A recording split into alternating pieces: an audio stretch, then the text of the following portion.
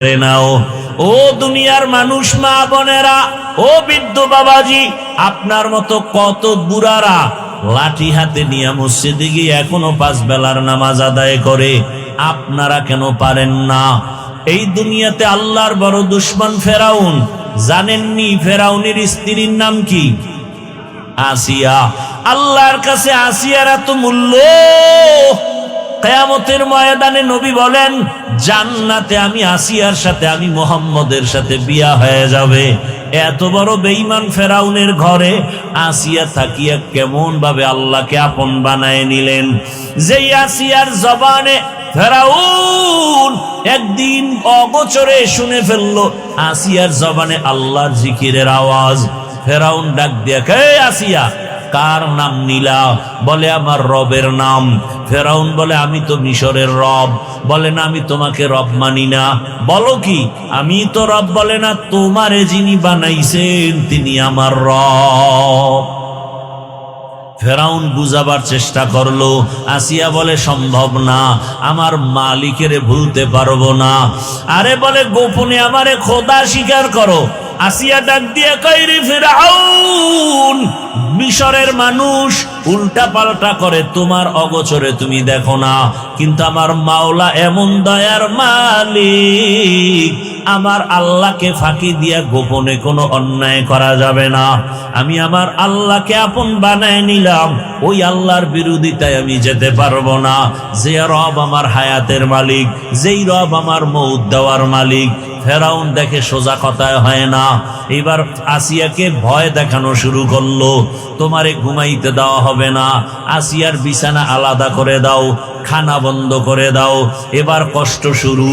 এত কষ্টের পরেও আসিয়া আমার আল্লাহকে ভুলে নাই। সর্বশেষ ফেরাউন সিদ্ধান্ত নিল মানুষের সামনে আসিয়াকে শুলিবিদ্ধ করে ফাঁসি দিয়া মারা হবে। ঘোষণা হয়ে গেল। দেশের হাজারো মানুষ দেখার জন্য মিশরের ময়দানে হাজির। আসিয়ার ফাঁসি হবে ফেরাউনের স্ত্রী। ফেরাউনকে খোদা না মানার কারণে যখন আসিয়াকে শুলির মঞ্চে নেওয়া হয়, আসিয়া চোখের পানি ছেড়ে কাঁদে। হঠাৎ করে তাকায় দেখে রাস্তা দিয়া জমানার নবী মুসা হেঁটে হেঁটে যায়। আসিয়া চোখের পানি ছেড়ে বলেন, ও নবী, জানেননি আমি আসিয়ার কি হালাত? মুসা নবী বলে, হ্যাঁ জানি, তোমার ফাঁসি হবে শুনেছি। বলে আপনার কাছে কোনো দুঃখ নাই, আপনি আমার জন্য দোয়া করবেন। আর একটা কথা বলেন, আমার এই মুহূর্তে আমার আল্লাহ আমার উপরে কেমন অবস্থায় আছেন? আল্লাহর নবী বলেন, ও আসিয়া, আমার আল্লাহ এই মুহূর্তে তোমার উপরে খুশি। ও পর্দার আড়ালের আম্মা জানেরা, এত বড় ক্ষমতাওয়ালা, টাকাওয়ালা, এত বড় পাওয়ারওয়ালা ফেরাউনের লাথি দিয়া একজন নারী আমার আল্লাহর মোহাব্বতে ইমানের পাওয়ারে বলিয়ান হইয়া আমার আল্লাহর কাছে বান্দিয়া তো দামি হয়ে গেল, জীবন দেওয়ার জন্য রেডি, তারপরও ইমান ছাড়তে রেডি হয় নাই।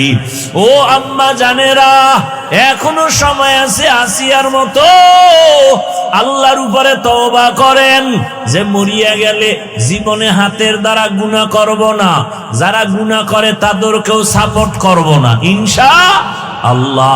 যা আমি নামাজ ছাড়বো না, যারা নামাজ ছাড়ে তাদের সাপোর্টও করব না। আমি বেপরদায় চলবো না, যারা বেপরদায় চলবে তাদের সাপোর্টও করব না। আমি ইসলাম ছাড়ব না, যারা ইসলাম মানে না তাদের সমর্থনও করব না। ও আম্মা জানেরা, ও আসিয়া মুসা নবীর কথা শুই না আরো দিলটা নরম হয়ে গেল, এখনই ফাঁসির মঞ্চে যাবে। আসিয়া আসমানের দিকে তাকাইয়া একটা চিৎকার দিয়া আল্লাহর কাছে একটা আবদার জানাইলো।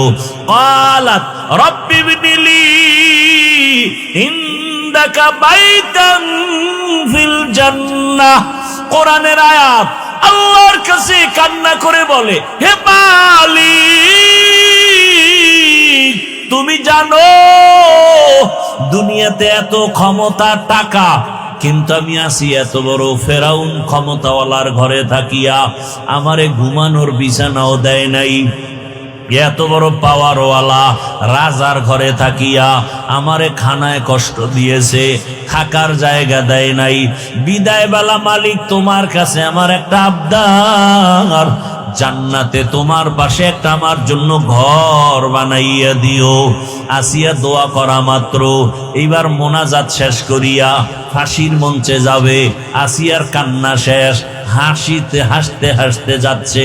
ফেরাউন কয়, আসিয়া এতক্ষণ কান্না করলা, এখন কেন হাসো?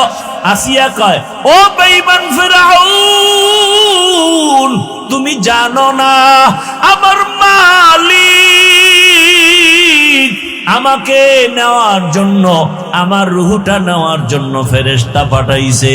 আমি দেখতেছি আসমানে হাজারো লাখো ফেরেশতারা আমার রুহ জান্নাতে নেওয়ার জন্য অপেক্ষায় আছে। আর আমার মাওলা এমন এক জান্নাত আমার জন্য বানাইছেন, ওই জান্নাতের ছবিও আমি দেখতেছি। এই কারণে আমি খুশিতে হাসতেছি। তাড়াতাড়ি আমাকে ফাঁসি দাও, আমি আমার রবের মোলাকাতে চলে যাব। আসিয়া হাসতে হাসতে কালেমা পড়িয়া এরপরে দুনিয়া থেকে বিদায় হয়ে গেল। নবী বলেন, আসিয়ার এত দাম, হাসরের ময়দানে জান্নাতের 8টা দরজা খোলা হবে।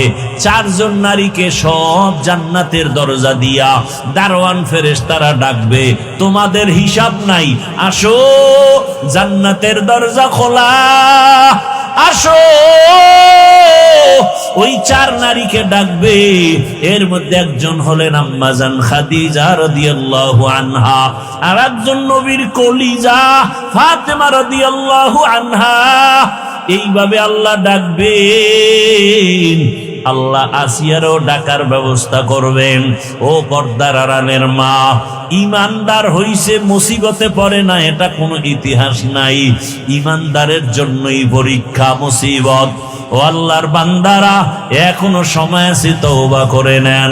মনে মনে আমার আল্লাহকে বলেন, হে আল্লাহ, জীবনে তো গুনাহ কম করি নাই, আমার গুনার খবর আমার মা বাবা ভাই বোন আপন কেউ জানে না, যদি জানতো কেউ মোহাব্বতে নজর দিত না।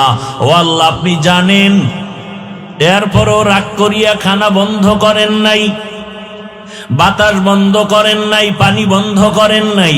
ও আল্লাহ, বরং আপনি আমাকে তওবার দরজা দিয়া ডাকতেছেন। ও আল্লাহ, আজকে তওবা করে নিলাম, আর গুনাহ করব না, নামাজ ছাড়ব না, দাড়ি কাটবো না, বেপরদায় চলবো না, নবীজির আদর্শ মেনে মা বাবার দোয়া নিয়া, শিক্ষকের দোয়া নিয়া, উলামায়ে কেরামের পরামর্শ নিয়ে চলবো। তওবা করার মতো যদি নিয়ত হয়, খাঁটি তওবার নিয়ত যাদের আছে, 2টো হাত আল্লাহকে দেখাইয়া দাও। আয় আল্লাহ, হাতগুলো কবুল করে নেন, তওবা কবুল করে নেন, তওবার উপরে মজবুত হইয়া চলার মতো তৌফিক দান করেন, আমিন।